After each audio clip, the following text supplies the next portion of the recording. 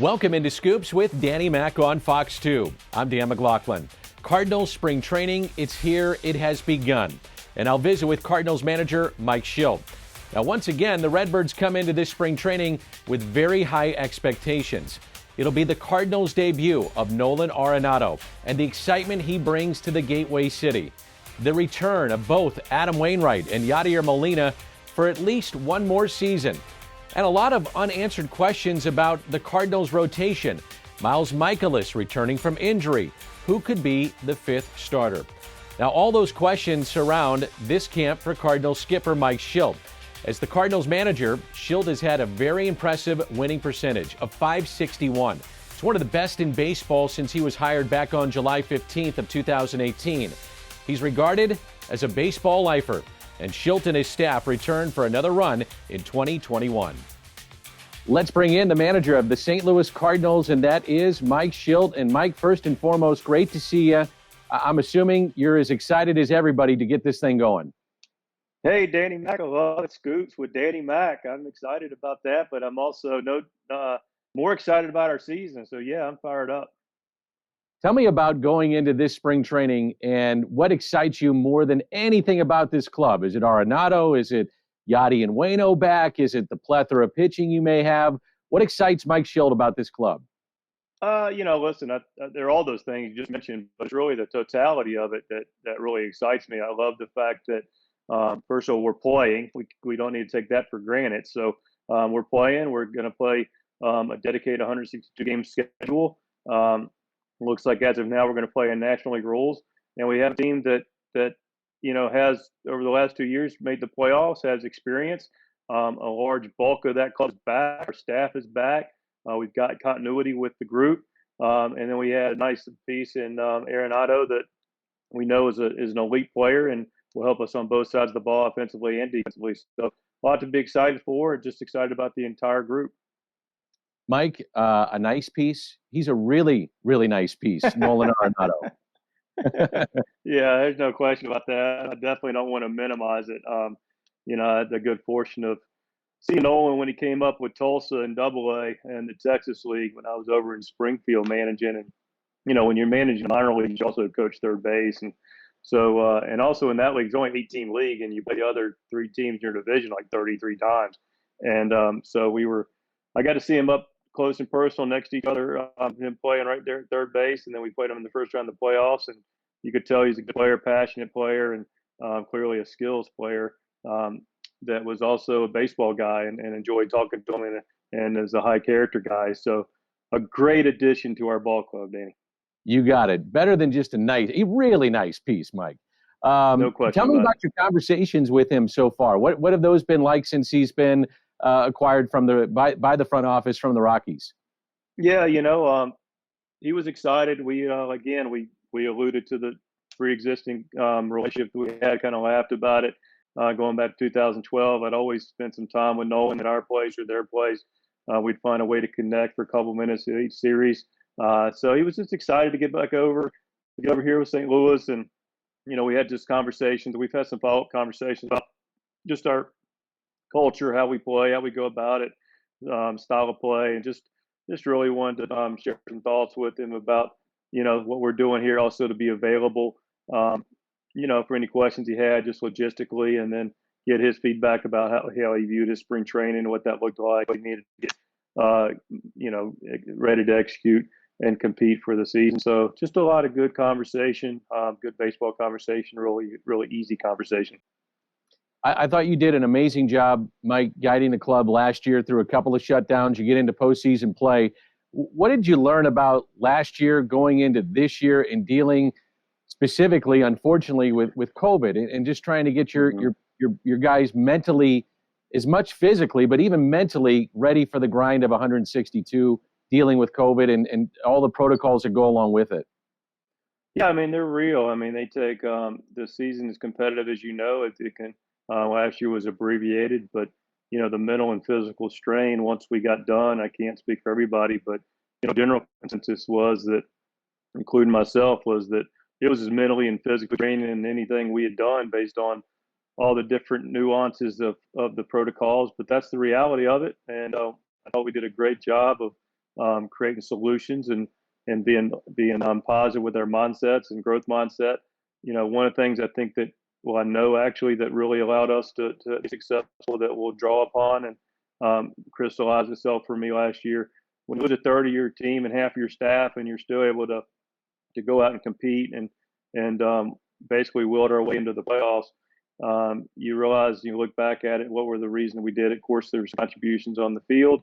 We played really, really good defense. We pitched pretty well. We did a lot of things that were positive on the field, but really ultimately what it boiled down to is we did it together. And being together is super important, working off the same script, everybody with the same goal in mind. Everybody like-minded what that goal looks like, and that's for the St. Louis Cardinals to win our division and to compete for a world championship. Doesn't mean we're always going to agree. That's the healthy part of it. We have some honest, healthy dialogues, but we also work from the same script and have the same mission. So, really it's just about being together in what we do. And if we're together with the group we have and we stay together with that like-minded vision, then I like our chances a lot this year. What's it mean for Mike Shildt to get Yadi and Waino back? Look, I just kind of piggyback on what I said. I mean, those are guys that understand. They were a big glue of what we did last year, both on and off the field. They were really strong presence in our clubhouse. They really obviously contributed on the field. Waino had a tremendous year for us and arguably could have been our most valuable pitcher, if not player.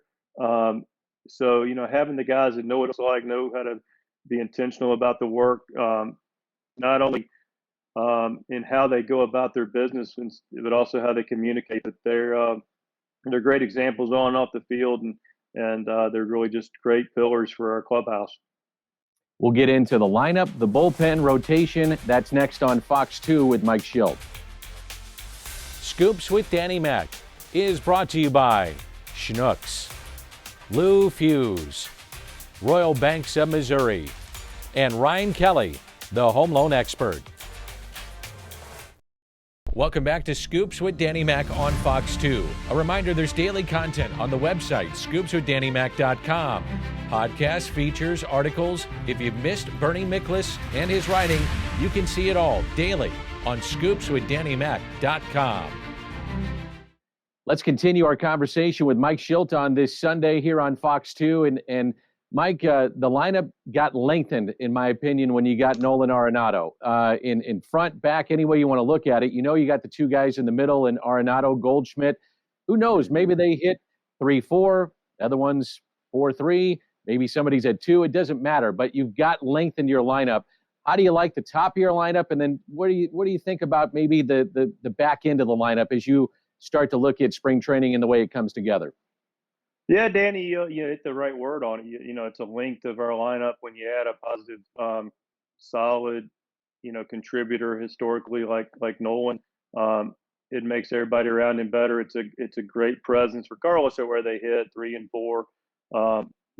Goldie, Arenado, vice versa, 2 and 3, whatever that ends up playing out. It just creates an opportunity where they both are better because of it, with the protection, either behind or in front. And then it makes both ends of the lineup, whether it's the top or whether it's the bottom of the lineup, it just makes it stronger. It just puts guys in a better place. When you have another proven bat in the lineup, it takes the pressure off. Everybody can just kind of do their part. No one feels like they got to necessarily carry the lineup. And so it just allows the opportunity for everybody in the lineup just to put their contribution in. I think that we're very capable with the guys we have around them to be a very good offensive club. Would you look at right now Tommy Edman being at the top, or could you see like a Bader facing lefties, or a combination of guys that you look at maybe at the top of your lineup? Yeah, I mean, I think that's real, Danny. I've looked at lineups more recently since we acquired Nolan and spent a lot of mental energy on it prior to that. I knew we were going to do something that, and Yadi wasn't back at that point yet, so I knew we were going to have a couple roster moves. I didn't know what they were. But once those became official, you can start to play around with some lineups, think about it, look at it. The fact of the matter is we do have some flexibility. You mentioned Tommy. Tommy's, good to hit in the middle of the lineup because you have a switch hitter, a guy that's, been competent from both sides of the plate. has been historically a little better against lefties, but holds his own against righties as well, and continues to improve his play zone discipline.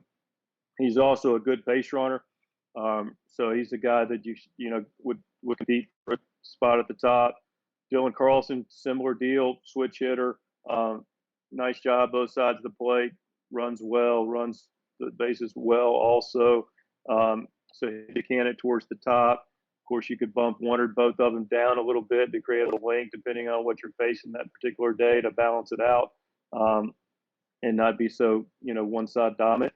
Harrison, you mentioned, had historically done a really nice job against lefties. You'd like to see him, and I've talked to Harrison about this. This is not any internal real secret here. He does he's a little more consistent against righty. You're talking about a guy that takes that next step and becomes a all-star caliber type player with his defense as well. But would be a candidate hit. Of course, people are going to bring in righties, later in that game. So it's usually tougher guys, but he's a candidate hit against lefties at the top of the lineup when they start. And you've got a couple different things. Carp's done that in the past. As of the moment, it could change like it did last year, but we're in a traditional National League setting, so that may limit Carp's opportunities. So we'll see what that looks like for him, but he's got some history being able to hit anywhere in the lineup. Mike, have you given any thought to a six-man rotation or a piggyback because of the lack of innings for guys last year in 2020? We're still thinking through that. We'll talk through that more as the early spring takes place. Do recognize that's something we're consider based on the shortened season last year. I will say this: guys were able to have a traditional season, not in number of games, but in the amount of workload, close to it at least, from just a throwing standpoint. Meaning, pitchers last year got ready for a traditional spring training, had a traditional spring training for 20 games of the 33 we had on the schedule, then had a summer camp, shorter, but really was a little longer in a spring training total system. And then we had our games and playoffs, of course. The only thing that was probably a little different was that 3 months in between, and that's a 3-month window that players did throw based on their limitations or accessibility to mounds and other situations during that 3-month period. But most guys were able to stay active, keep their arms moving, throw bullpens. Some were able to throw to some hitters in a safe distance environment. So ultimate point I'm getting at, Danny, is and we know individually what that load looks like for the guys.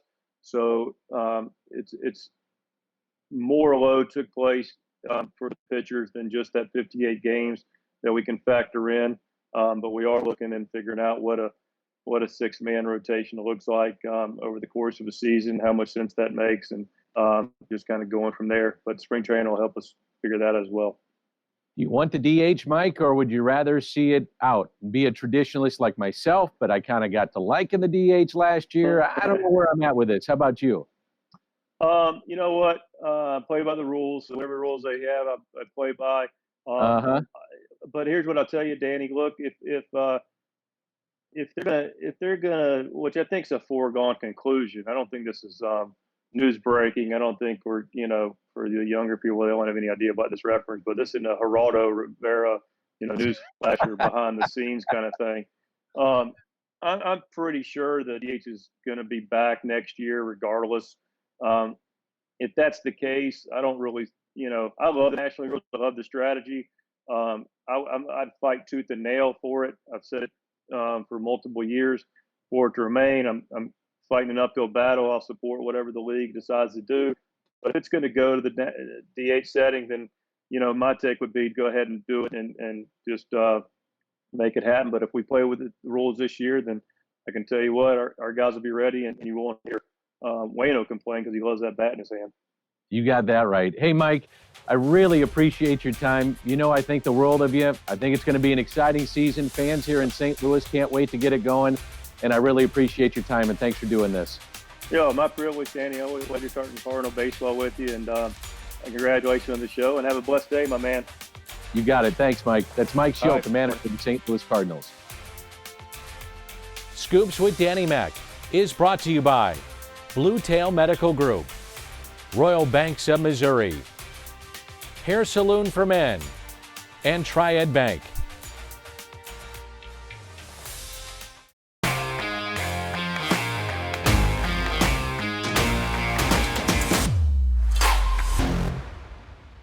Welcome back to Scoops with Danny Mac on Fox 2. A reminder, there's daily content on the website, scoopswithdannymac.com. Podcasts, features, articles. If you've missed Bernie Miklasz and his writing, you can see it all daily on scoopswithdannymac.com.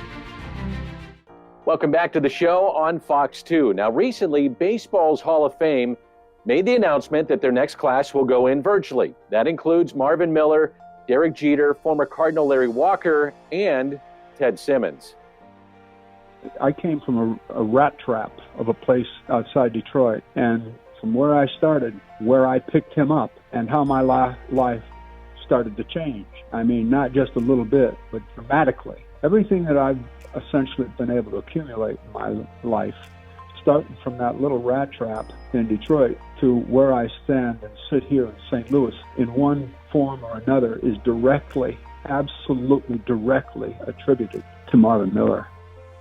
Congratulations to Ted Simmons. You can listen to that entire interview on scoopswithdannymac.com. Let's bring in from the Post-Dispatch, Ben Frederickson, as we take a look at spring training and maybe 5 burning questions for the Cardinals this offseason, this spring training, and going into the regular season. Ben, as always, great to see you. Let's start with this. How would you grade the Cardinals offseason going into 2021?